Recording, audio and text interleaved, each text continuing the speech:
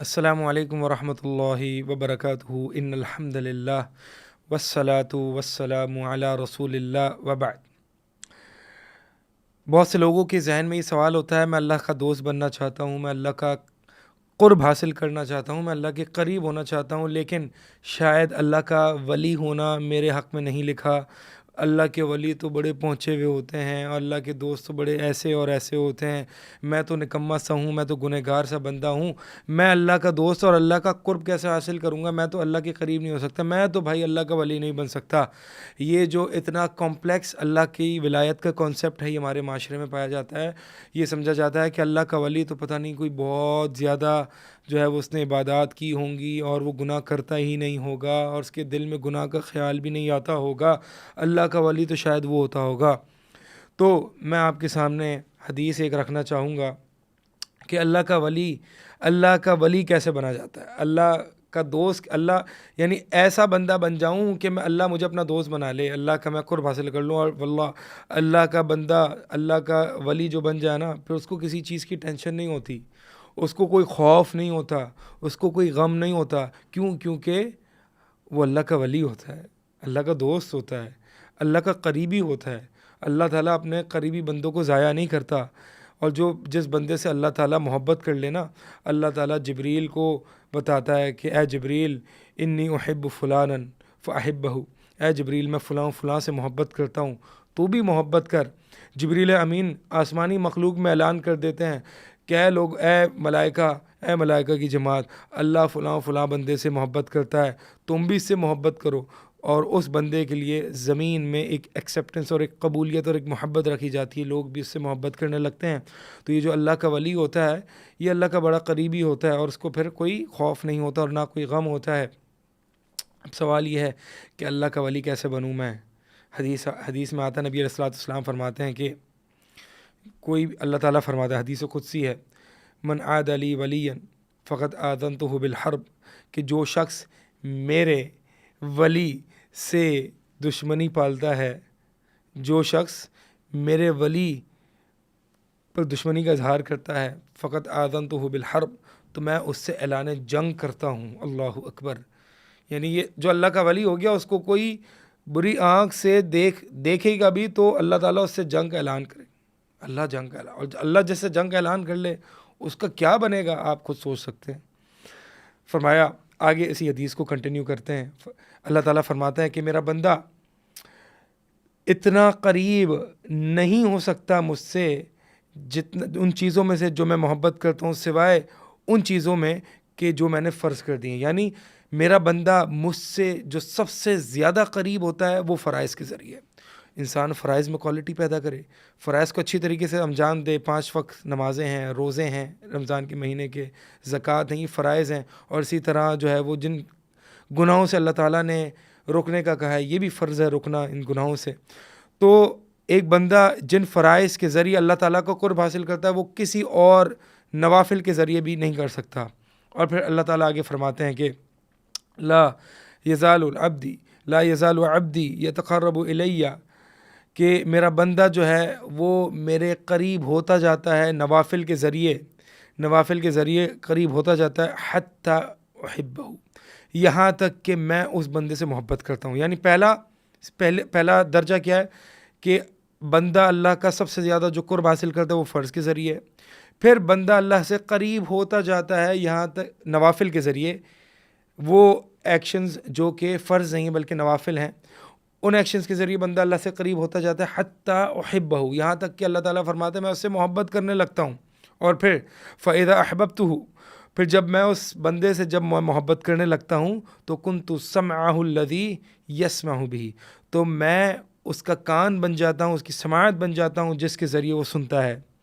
وَكُنْتُ بَصَرَهُ الَّذِي يُبْصِرُ بِهِ، اور میں اس کی آنکھیں بن جاتا ہوں جس کے ذریعے وہ دیکھتا ہے۔ وَكُنْتُ يَدَهُ الَّتِي يَبْطِشُ بِهِ، اور میں اس کے ہاتھ بن جاتا ہوں جس سے وہ پکڑتا ہے۔ وَكُنْتُ رِجْلَهُ الَّتِي يَمْشِي بِهِ، اور میں اس کے پاؤں بن جاتا ہوں جس کے ذریعے وہ چلتا ہے۔ اس کا کیا معنی ہے؟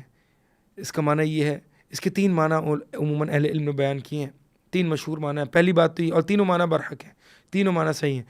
پہلی بات تو یہ اس کا معنی یہ ہے کہ اللہ تعالیٰ اس ولی کے اعضاء کی حفاظت کرتا ہے، اس کے اعضاء کی حفاظت کرتا ہے، بڑھاپے میں بھی اس کے اعضاء کو ضائع نہیں ہونے دیتا.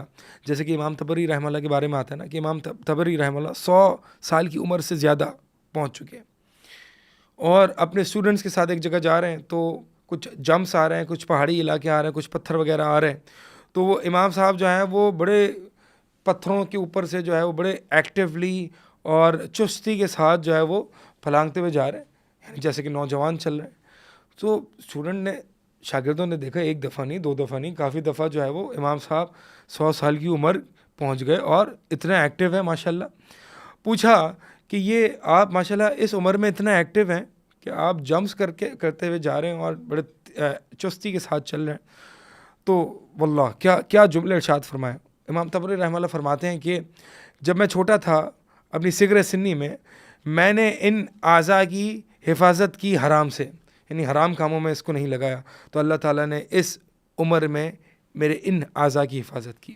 واللہ آپ دیکھتے ہیں کہ نبی علیہ السلام کی دعا بھی ہے نا، اللہم متعنا باسماعنا وابصارنا وقوتنا ما احییتنا، کہ اللہ ہماری قوت کو، ہماری سماعت کو، ہماری بصیرت کو ہم سے فائدہ اٹھاتے رہیں جب تک کہ ہم زندہ رہیں. ہم کہتے ہیں نا اردو میں بھی عموماً دعا مانگتے ہیں کہ اللہ ہمیں کسی کو محتاج نہ بنانا، چلتے ہاتھ پاؤں ہمیں جب تک کہ ہم زندہ ہیں، ہمیں ان ہاتھ پاؤں اور ان اعضاء سے فائدہ اٹھانے کی توفیق عطا فرما. تو یہ کب ہوگا؟ جب انسان اپنے اعضاء کو اللہ کے محارم، اللہ کی گناہوں سے محفوظ رکھے گا، حفاظت کرے گا. تو ایک تو معنی یہ ہے کہ اللہ تعالیٰ بڑھاپے میں اس کے اعضاء کی حفاظت کرے گا. دوسرا معنی یہ ہے کہ اللہ تعالیٰ اس بندے کے اعضاء کو گناہوں سے محفوظ رکھ دے گا، یعنی اللہ تعالیٰ اس بندے کے اعضاء کو حرام کردہ چیزوں میں یوٹیلائز ہونے نہیں دے گا، بلکہ صرف اور صرف اپنی اطاعت کے کاموں میں اللہ تعالیٰ اس بندے کے اعضاء کو لگائے گا. دوسرا معنی یہ ہے. تو ایک تو یہ، اور تیسرا معنی جو ہے وہ، تیسرا معنی اہل علم فرماتے ہیں کہ ان اعضاء میں برکت ہو، اللہ تعالیٰ ان اعضاء میں برکت پیدا کر دیتا ہے.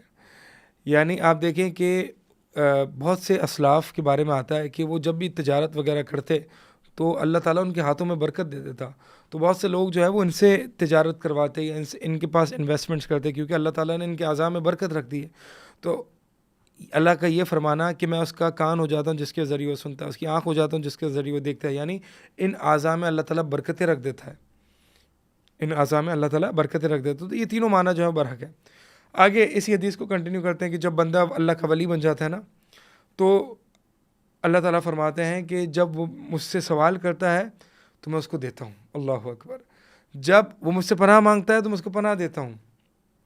اور میں اپنے اس ولی کی، میں کسی اور کام میں اتنا تردد نہیں کرتا جتنا اس بندے کی روح کو قبض کرنے میں تردد کرتا ہوں، کیونکہ یہ میرا بندہ موت کو ناپسند کرتا ہے اور میں اس کی روح کو قبض کرنا چاہتا ہوں. تو یہ آپ دیکھیں اللہ تعالیٰ کا جو ولایت کا درجہ کیا ہے، سمپل بالکل، اور وہ یہ ہے کہ توحید پر وہ انسان فرائض کو اچھے طریقے سے انجام دے اور نوافل کرتا رہے یہاں تک کہ اللہ تعالیٰ اس سے محبت کر لے. تو اللہ تعالیٰ ہم سب سے سوال کرتے ہیں اللہ تعالیٰ سے کہ اللہ تعالیٰ ہمیں یہ محبت کا، یہ ولایت کا درجہ نصیب فرما. یہ بڑا آسان ہے، یہ کوئی مشکل نہیں ہے. یہ مصیبتیں، پریشانیاں جس کو آتی ہیں، اس کا مطلب یہ نہیں کہ اللہ تعالیٰ اس شخص سے ناراض ہے، بلکہ بہت ممکن ہے کہ ایک شخص اللہ کا ولی ہو اور اس کو پریشانیاں آ سکتی ہیں. جیسے کہ ایک حدیث میں آتا ہے، ایک شخص آیا نبی علیہ السلام کے پاس. نبی علیہ السلام نے اس سے پوچھا کیا تجھے بخار آتا ہے؟ اس نے کہا بخار کیا ہوتا ہے؟ نبی علیہ السلام نے فرمایا یہ بخار یہ ہوتا ہے. پھر نبی علیہ السلام نے پوچھا کہ تیرا سر کبھی درد ہوتا ہے؟ اس نے کہا سر کا درد کیا ہوتا ہے؟ نبی علیہ السلام نے فرمایا یہ ہوتا ہے. پھر وہ لوٹ کے جانے لگا تو نبی علیہ السلام نے اپنے صحابہ سے کہا کہ اگر تم میں سے کوئی شخص دیکھنا چاہتا ہے کہ اہل نار، یعنی جہنم میں سے، اہل نار جہنم والوں میں سے کون ہے، تو اس شخص کو دیکھے. یعنی اس کو مصیبتیں آتی نہیں ہیں، اس کو تکلیفیں آتی نہیں، حتیٰ کہ سر کا درد بھی نہیں ہوتا، بخار بھی نہیں آتا. تو آپ دیکھیں یہ اللہ تعالیٰ جو ہے نا، اس کے ذریعے انسانوں کے گناہوں کو معاف کرتا ہے. ان مصیبتوں کے ذریعے اللہ تعالیٰ بہت سے لوگوں کے جنت میں درجات کو بلند کرتا ہے. نبی علیہ السلام پر مصیبتیں اور تکلیفیں اور بیماریاں آتی تھیں، تو یہ بیماریاں اس بات کی علامت نہیں کہ اللہ تعالیٰ ناراض ہے، بلکہ یہ بہت ممکن ہے کہ اللہ تعالیٰ اس کے گناہوں کو اس کے ذریعے اس کا کفارہ بنا دیتا ہے اور آخرت میں درجات کی بلندی کا سبب بناتا ہے۔ اللہ تعالیٰ سے دعا ہے کہ اللہ تعالیٰ ہمیں یہ ولایت کا درجہ عطا فرمائے۔ اقول قولی ھذا استغفر اللہ لی و لکم۔